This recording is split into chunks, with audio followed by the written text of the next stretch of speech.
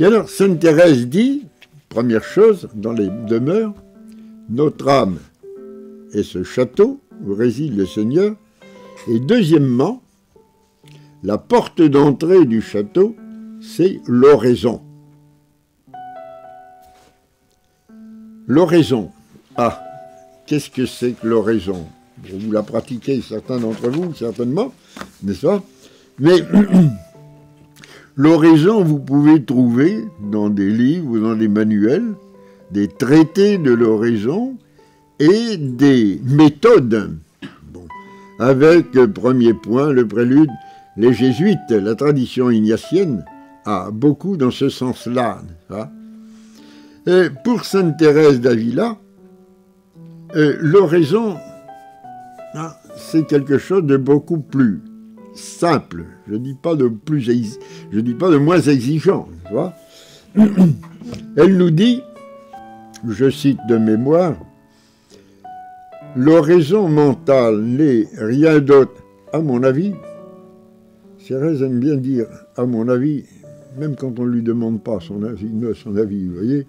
Et l'oraison mentale n'est rien d'autre, à mon avis, qu'un commerce d'amitié dans lequel on s'entretient fréquemment et amoureusement avec celui qu'on aime, non, celui dont on se sait aimer. C'est pas la même chose, ça. Donc, un commerce d'amitié où on s'entretient fréquemment et amoureusement avec celui dont on se sait aimer. J'en conclus que pour faire oraison, il faut être deux. On nous dit très souvent il faut s'isoler pour faire une prière silencieuse. Oui, c'est vrai, mais à condition de rencontrer quelqu'un, ça, il faut être deux.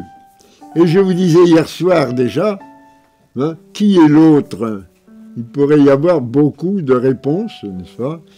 Mais quand même, ça pourrait être le Père, ça pourrait être l'Esprit, ça pourrait être la Trinité. Tout ça, c'est Dieu, oui.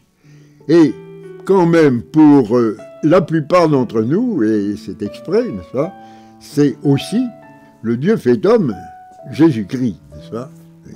Et pour Thérèse, c'est incontestablement cela aussi. Quand elle a fondé le premier Carmel réformé, jusque-là, elle gardait, même comme religieuse, son nom de famille, Teresa de Afumada, et là, elle a pris le nom de Teresa de Jesus, Thérèse de Jésus, tout un programme, ça. Oui. Un peu, si vous voulez, comme une épouse prend le patronyme de son mari, ça. Jusqu'à présent, c'est comme ça. Et donc, pour Thérèse, eh bien, elle écrit d'ailleurs, « Le Dieu qu'il est, je me rendis compte qu'il est un homme. » Texto, hein. Je puis donc le traiter en ami. Et donc, dans la prière, c'est cet ami que l'on rencontre.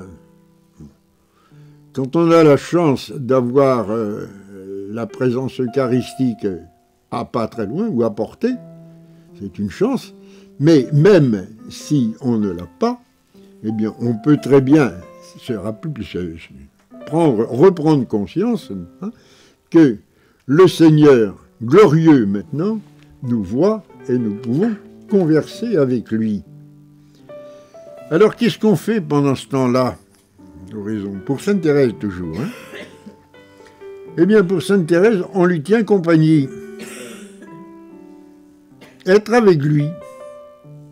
Si l'oraison est un commerce d'amitié, un commerce d'amitié, ça supporte des temps de rencontre. Autrement, ça finit par s'estomper, l'amitié.